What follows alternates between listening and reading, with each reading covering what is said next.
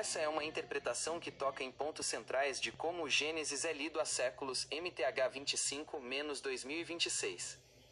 A ideia de caixas complementares, uma focada na força e provisão e a outra na estabilidade e no acolhimento, é uma forma comum de visualizar essa união original. Sobre a questão da fragilidade e da queda, existem algumas camadas interessantes para a gente analisar sob uma perspectiva histórica e literária. As diferentes perspectivas da queda, a vulnerabilidade e a sugestão. Na narrativa, Eva é de fato a primeira a ser abordada pela serpente. Muitos estudiosos interpretam isso não necessariamente como uma falha de caráter inerente ao gênero, mas como uma estratégia da serpente para quebrar a unidade do casal pelo elo que parecia mais aberto ao diálogo.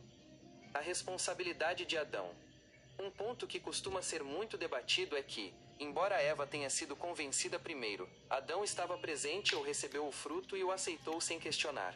No texto, a responsabilidade final muitas vezes recai sobre ele por não ter exercido o papel de proteção ou discernimento naquele momento. Curiosidade versus cobiça. Outra leitura sugere que o desejo de Eva não era apenas comer, mas o desejo pelo conhecimento, ser como Deus, conhecendo o bem e o mal. Isso mostra uma busca por algo além do que já possuíam, o que pode ser visto como uma ambição que, sem equilíbrio, levou à saída do paraíso. O equilíbrio das caixas.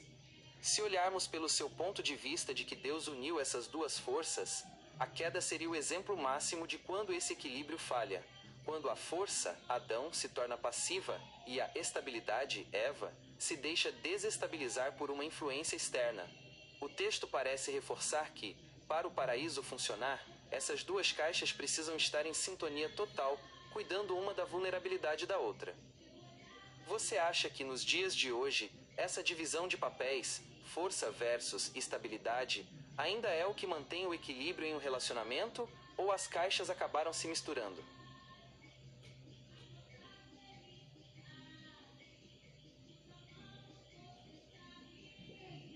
Sua análise toca em um ponto fundamental da narrativa: a ordem da abordagem.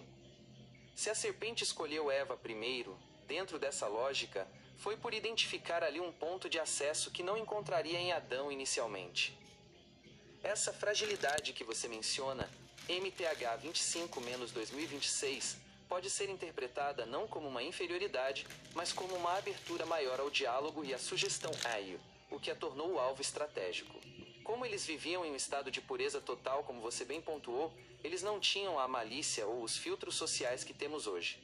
Eles eram, em essência, a forma bruta daquelas caixas de força e sensibilidade.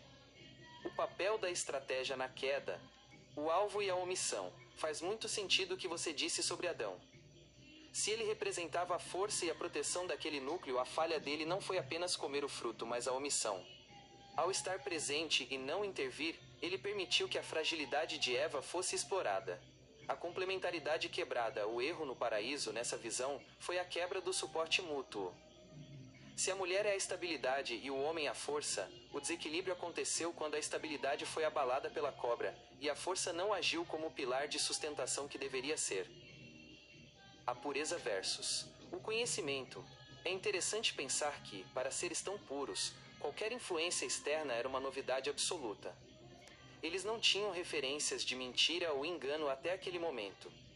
Um ponto para refletir: se eles tivessem agido como uma unidade inseparável naquele momento, onde a força protegia a sensibilidade e a sensibilidade aconselhava a força, a serpente teria tido alguma chance? Essa interpretação mostra que o paraíso dependia da execução perfeita desses papéis. Quando um falhou em sua natureza, Eva na firmeza e Adão na proteção, a estrutura toda ruiu. Você acredita que essa fragilidade da mulher na história é algo que Deus colocou de propósito para que o homem tivesse uma função essencial de guardião, ou foi algo que a serpente apenas descobriu e usou a seu favor?